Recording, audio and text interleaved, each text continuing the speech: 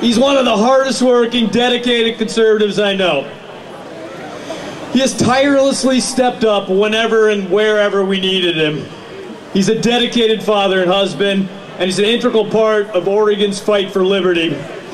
He was a former candidate for Metro and was recently elected the Multnomah County Chairman of the Republican Party. He's a member of the Oregon Tea Party Central Council. He's a personal friend, and he is one fine Tea Party patriot. Please welcome to the stage our good friend, Jeff Reynolds.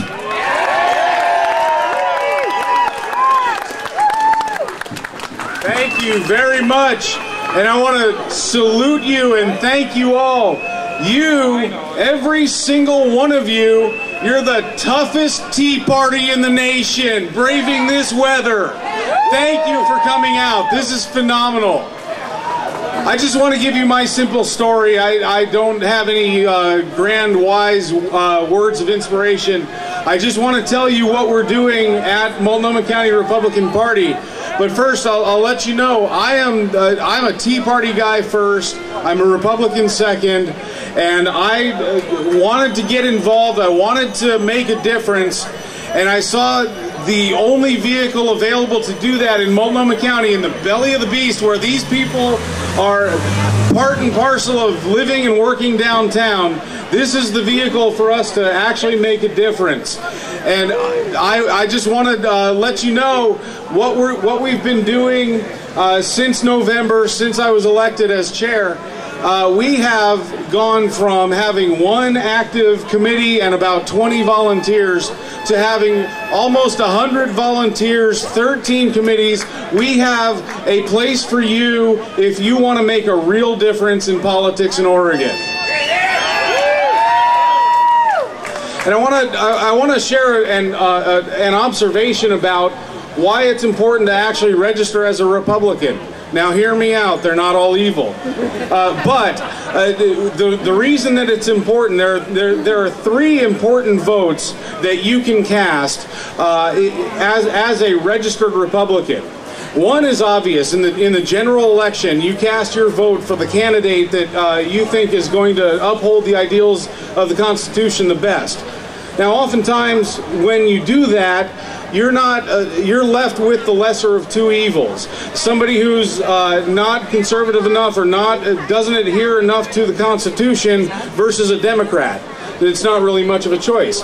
So the other two opportunities you have to make a vote as a registered Republican is, first of all, the first one is obvious, is in the primary, when you can go and choose which candidate is going to represent the Republican Party in the general election. So that if you're not registered Republican, you don't have a voice, and you can't tell the Republican Party who you want to represent you in the general election. Now the third and final vote that you take is not so obvious. It's a hidden vote. When you're registered Republican, big donors out there, and we all know that money is the lifeblood of politics, and unfortunately we have to play that game to get the people elected that we want.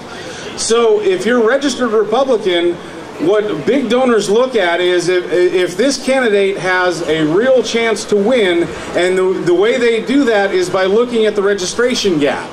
If you're registered independent or you're registered something else and you're not registered Republican, then the candidate that you have elected to run in the general election that may reflect your constitutional values the best won't get the same amount of donations. So it's a three-pronged attack registering Republican.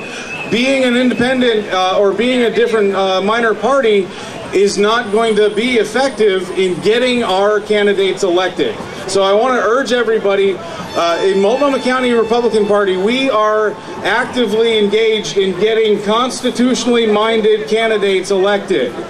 We want our candidates to uphold the Constitution.